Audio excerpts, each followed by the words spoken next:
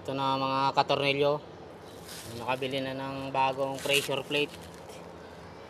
Pressure plate at saka clutch lining yan nasa kahon. So, ito yung luma mga katornilyo.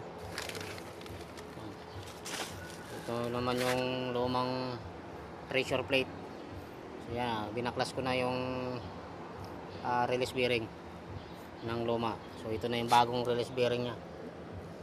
So ito mga katornilyo, i-assemble ko na yung release bearing dun sa pressure plate. Yan, pang Mitsubishi Super Grit yan mga katornilyo, pang tractor head. Ayun, yun yung tractor head, Mitsubishi Super Grit. So i-assemble ko na itong mga katornilyo, itong release bearing. So ito mayroon tong spacer. Yan. So mauna muna yung spacer mga katornilyo. Ito yung manipis na spacer.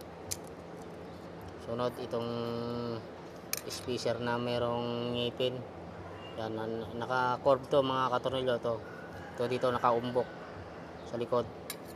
Dito naman plain. Yan.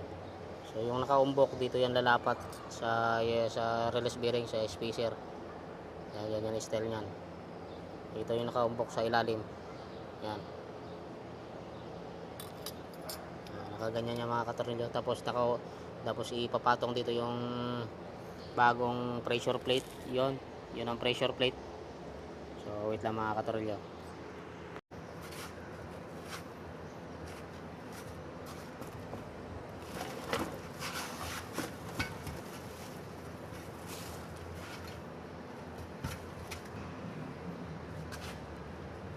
So ito na yung bagong pressure plate mga katornilyo. So ipapatong ko dito. So yun, nauna na yung manifest na spacer at saka itong may ngipin nya. So sabay ipapatong to para malagyan ng lock.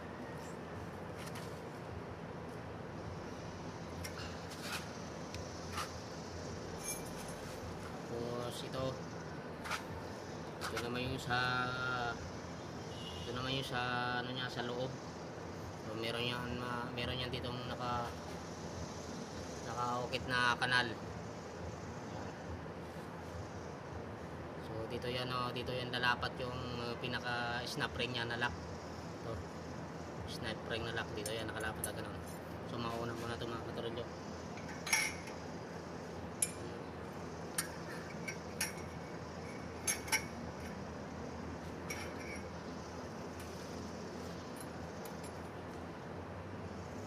Ito snap ring, bubukain to. So kailangan i-press mga katornilyo. So yan, dinaganan ko siya ng blade ng forklift para ma-press to, para bumaba tong itong finger nya at saka yung pinaka spacer nya na may ngipin. Yan, para umabot dito yung lock. So ito na yung bagong mga katornilyo. Ito yung makapal na spacer sa loob. Yan, ganyan pagkalapat niyan itong kanal dito yan lalapat sa yung lock niya, yung snap ring. Yan, dito pa ganyan. So, ganyan yung mga katornilyong style. Yan. Tapos to papasok dito. Tapos to ipapasok diyan. Yan, bubukahin tong snap ring. Tapos kailangan makaupo siya dito, papasok siya dito sa may kanal na to mga katornilyo. Yan. May kanal yan dito yan papasok para hindi mahugot, matanggal yung release bearing. So yan, bubukayin to yung snap ring.